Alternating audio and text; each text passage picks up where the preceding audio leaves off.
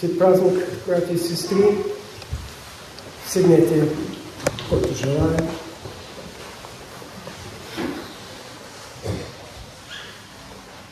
Евангелието, всички, които неделя чувате, които се четат на вас, вече са ви познати.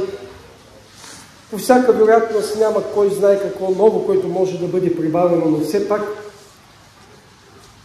винаги, когато ние се изправим пред свещените текстове, те провокират определени настроения, въпроси, предполагат решения, които са съотносими към нашата съвременна реалност.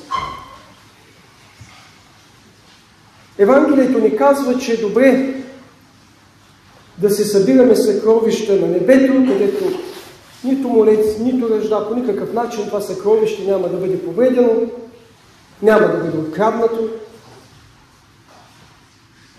И да не събираме на земята, защото тук това, което имаме, може да бъде загубено.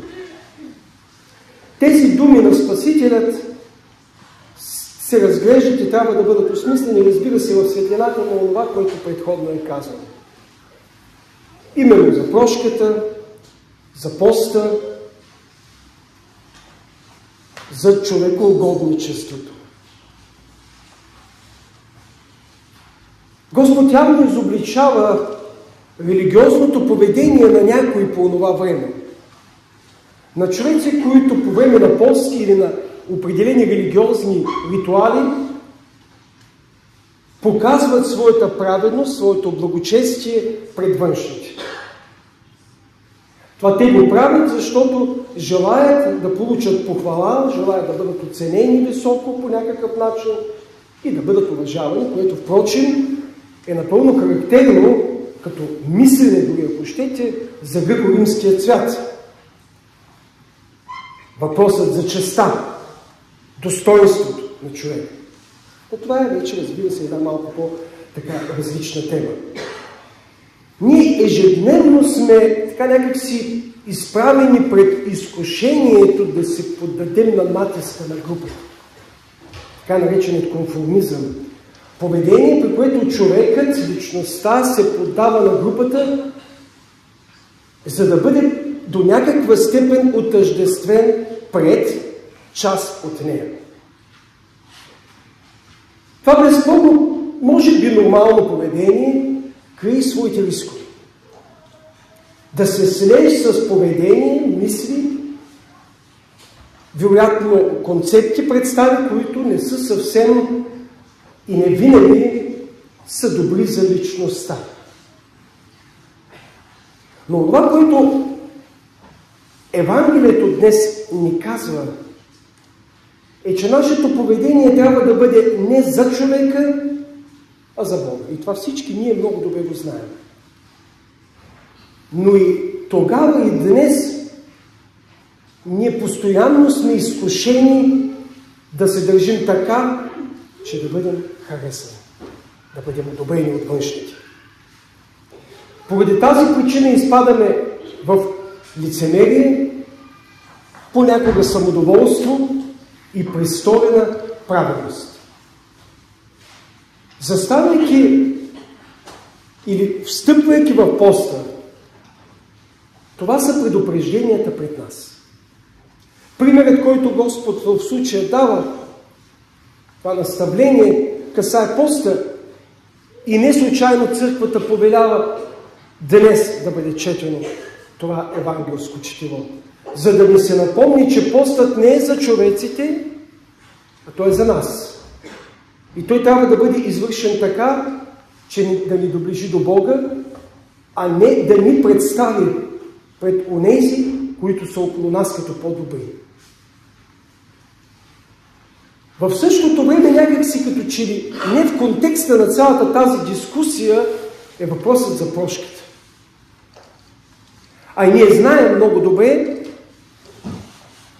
от така наречената критика на формата,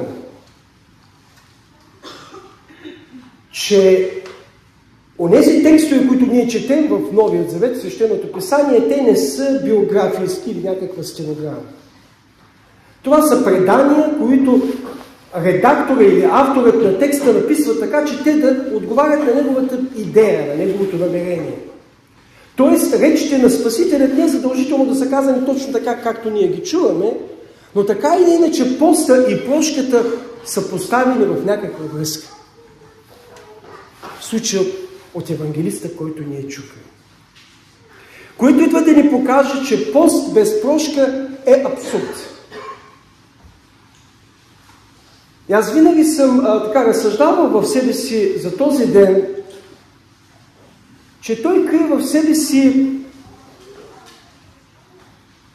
поведение или практики, които аз напълно не мога да осмисля все още и не е необходимо. Няма как човек да осмисли всичко. Нужно ли да чакаме днешния ден, за да простим на някой? Според мен не е възможно да простиш изведнъж и така. Или ако е възможно, то е доста трудно. И е по-скоро изключение. Но така или иначе поста идва, а ние сме в конфликти с лоши мисли към някои човеци. Което е добра възможност за нас ние да си дадем сметка, че стоим не на добрият път. И че този пост по-добре да не го правим, защото така или иначе, честно казано, мен не ми се е Бог 50 дена, да си призная. Но знам защо го правим, или поне така си мисля. Но това, което е по-важно, ако съм решил да го правя, то трябва да се опитам да нямам в сърцето си нищо към никой, срещу никой. И това е доброто, което днес на нас се казва чрез този евангелски текст.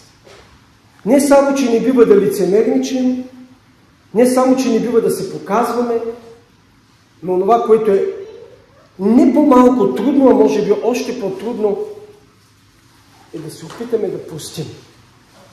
Което, може би на мен ще ми е по-лесно, защото честно казвам, аз не съм обиден на никой. Тоест, може би реално няма на кого да прощавам, но има хора, на които ще им е доста трудно. Предвид ситуацията, в която се намираме световна. Има хора, които са си загубили децата, хора, които са си загубили домовете, хора, които не знаят утре какво ще стане с тях. И на тях, и те също трябва да простят. Но тези, които са им го причинили. Дано те да имат сила да го направят. И ако не могат да простят, поне да се опитат да не мразят и да не обръщат със също.